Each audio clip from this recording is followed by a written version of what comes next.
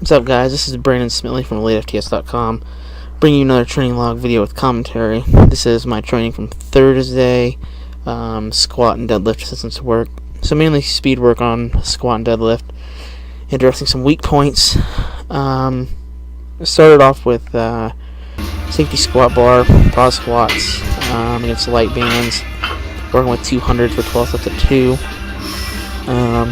As I mentioned in my previous training log video, I'm a push strength beta test device user, and so this is the first session I got to use it, and it's going to let me determine my bar speed and my lift, which is nice for my speed work, which is all I'm probably going to really use it for.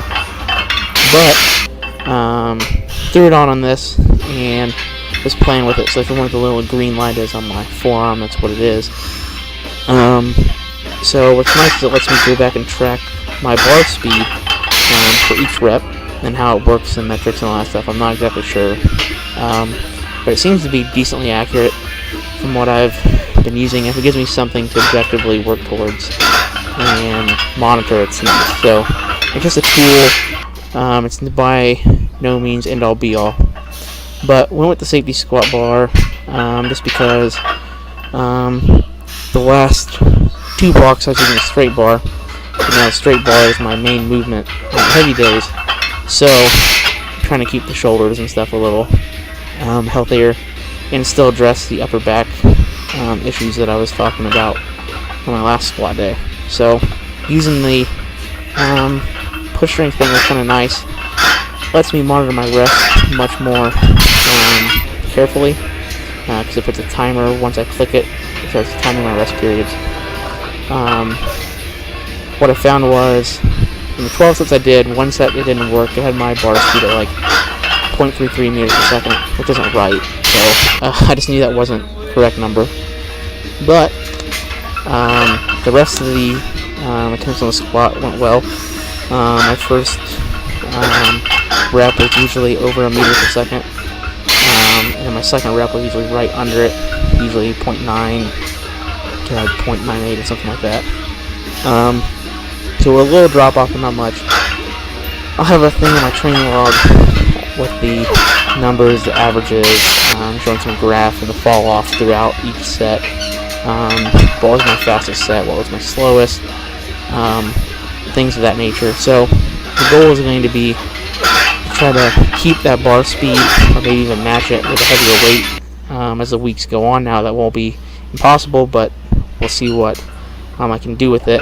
What's nice is also technically race myself, so I see a number and I try to beat the next set. I'll try to beat the next set, and I find I was actually working much harder, which was really nice. I mean, I consider myself a hard worker, but to try to beat something is nice, and I like having those numbers to go off of.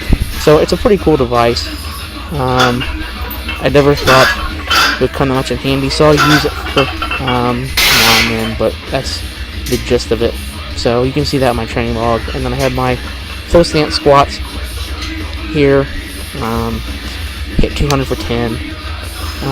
It's a bit tougher than the straight bar because of the way the bar pushes me forward, but still got a good quad pump, working on the weaknesses, getting in some extra volume. I ran the device on this and only caught like 6 of the reps because I didn't change the rep number, so some little things to remember there with that. But overall, I'm pretty pleased with it. And I also used it on my deadlift. Got it with the deadlifts. I didn't catch like 1 or 2 of the reps, so I only got 3 conventionals and 3 sumos.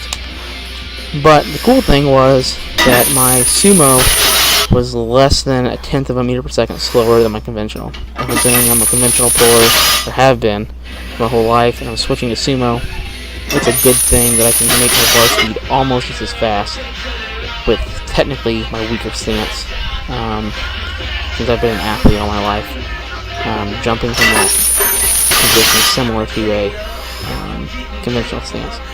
So, and I think all of these were over a meter per second, which is incredibly fast. So I need to try to make sure the bar speed's fast, always over 0.7, the sweet spot's between 0.7 and 0.9. So next week I'll likely be falling through that range much more as the weight goes up. So My last set here is for aging rep work in, and pretty good stuff from the push strength, and I'll try to keep you guys updated on that and how it goes and what I think and things of that nature. But the training went really well, and I liked it. The accessory work, just some upper back work, and some extra hamstring work, and some abs. That's really it. Thanks for checking in, and you can keep up my training logs on EliteFTS.com.